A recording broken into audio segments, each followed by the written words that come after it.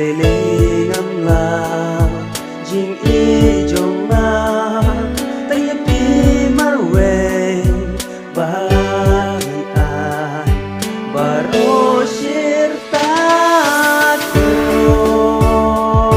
elinda idei jong na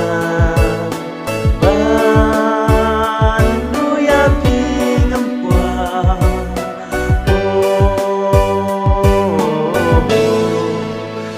elinda namar nga ichi siya tanya pi ajing jong ma badukle ya pi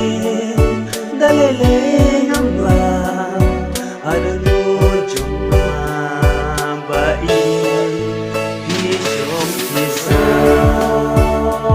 elinda idei jong na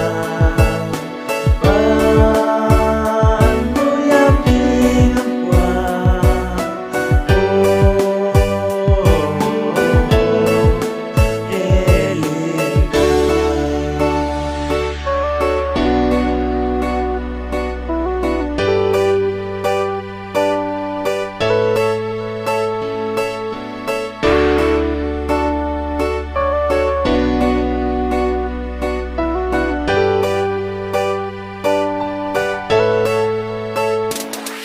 alengan ku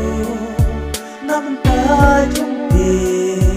ngan siya usla kasih il babe ba ekin wa dalay